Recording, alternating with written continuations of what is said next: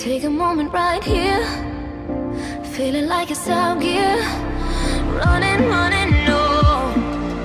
Keep running.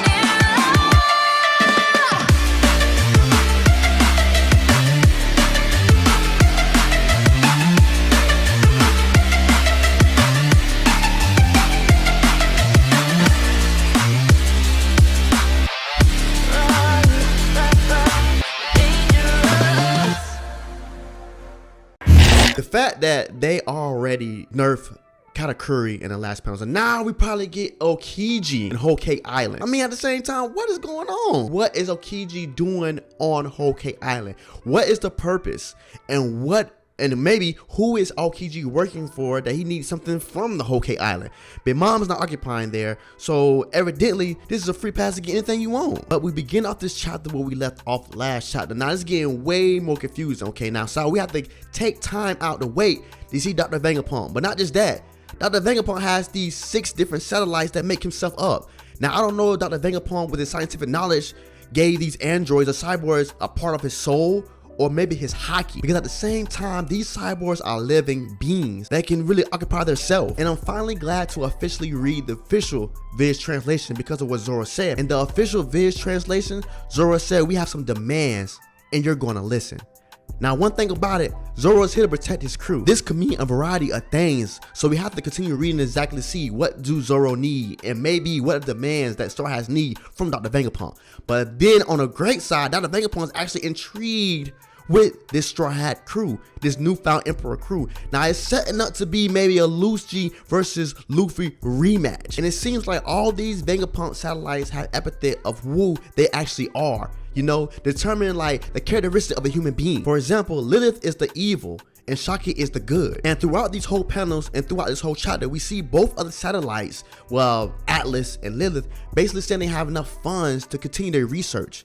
Numerous things. So I feel like Dr. Vegapunk is right now in the grasp of the Marines because the Marines are not funding Dr. Vegapunk for his research. And I feel like maybe that's why the Marines want to get rid of Dr. Vegapunk, because Dr. Vegapunk is probably mad and upset about this, that he actually can switch sides to the revolutionaries or to anybody else that would actually cover him. We can all say that maybe Dr. Vegapunk knows about Emu, and maybe that's why the Marines want to get rid of Dr. Vegapunk. Right? This man is a scientific genius. I'm pretty sure he can connect the dots. He can also pick up lines of what communications with the girls say Emu or Joa. So I'm pretty sure Dr. Vegapunk knows about Emu. And what if Dr. Vegapunk might rebel against the girls say or the government because he can't get funding of what he actually want to do? I'm pretty sure there's agreement between the girls say and Dr. Vegapunk. As long as I get funding, I'm on your side, right? And the girls say top thing is always to conceal Emu. And maybe 2 people outside of the girls say know about Emu, Sabo, and Dr. Vegapunk. And also, I'm pretty sure Dr. Vegapunk knows Lucci and the Stasi is definitely on the way to kill him. I'm pretty sure, and he's gonna have Luffy and the other company try to protect him, move him somewhere else, or maybe take him somewhere where he can also be safe being undetected by the Marines or the Gursei. And the third biggest reveal in this chapter is that Bonnie's dad is Kuma. Like, whoever thought that? We knew that she had some sympathy between Kuma. Like, she was crying when she seen him being a slave. So now to clarify that Kuma's her father?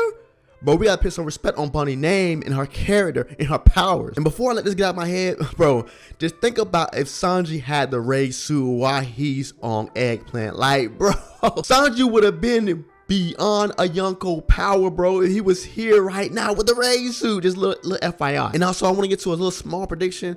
Now, I'm pretty sure that there's a switch for Kuma that Dr. Vegapunk installed, right? Now, I think it'd be a good thing for Bonnie to leave with something that would get Kuma's brain back together the way it should be before he turned completely a cyborg. One takeaway I can get from the chapter is that we spent too much time figuring out what a hologram is. I can't say that right now, but the reveal of actually the new Astro Girl was amazing. Atlas looked beastly, and we can say that they are powerful. Look how she hit Luffy, bro. I understand that Luffy sometimes get ahead of herself and underestimate his enemies.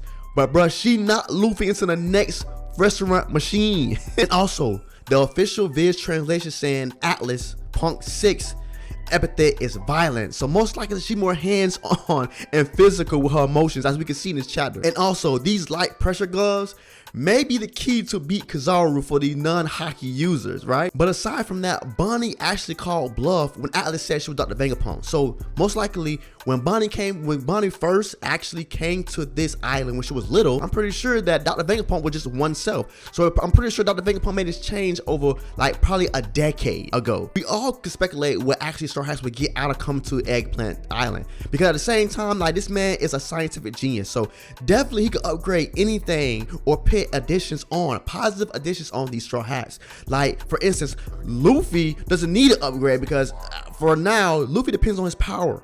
Luffy depends on his Devil Fruit and his hockey.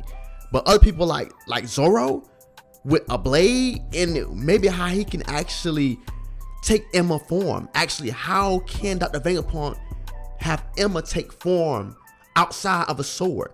Like, there are things that Dr. Vegapunk can upgrade on the Straw Hats, and maybe this is why the Straw Hats came to Dr. Vegapunk this fast, because bro, we just left Wano and we already met Vegapunk. Like bro, this is amazing to even think of this. Like, nobody would have thought that the first island would be meeting Dr. Vegapunk. I'm sorry, nobody. And it's finally nice to finally see Stussy actually join the rest of the group in Cypher Pole Zero, right? So I'm thinking like, bro, if they knew that Luffy and company was on that island, Lucci would be so excited to finally see the gap between these guys after the time skip. And plus, Luffy's officially a Yonko. So who don't want to test their powers out with official Yonko? And not just that. Bro, what if this actually happens? What if they intercept the Straw Hats while on Eggplant Island? I hope that will be the case, but we're going to see the Straw Hats fight against a newfound Seraphim. Like, bro, what? Like, I can't say this one thing. I don't want to get my hopes up, because I'm pretty sure Dr. Vegapunk kept peeling the kill switch just in case the Marines would turn his own adventures against him. So let's just say it might be a rematch only with Luffy and Lucci and Kaku with Zoro. I'm fine. I'm good. Let's get it. And like I said earlier in this chapter, I'm pretty sure Vegapunk knows about Emu. So I'm pretty sure the girl say the Marines trying to cut their losses short, right? Because just now, Sabo revealed Emu, right? And that's one thing the girls say does not want. Girls say are willing to sacrifice a scientific mogul, a guy that they say is 500 years ahead of his time. And the girls say are okay with worth risking that.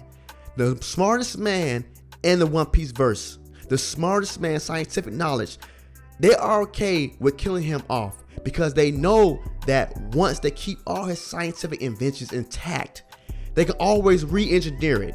There will always be a Vegapunk, right?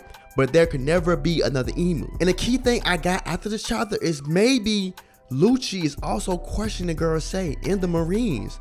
And that's big. That's big character development for Lucci, bro. To question things and why things the way they are. Mind you, Lucci is a 10-hole man. Like, the government is absolute. The Marines absolute. But he's questioning it right now. What happened on Lelouch? Like, things are not adding up.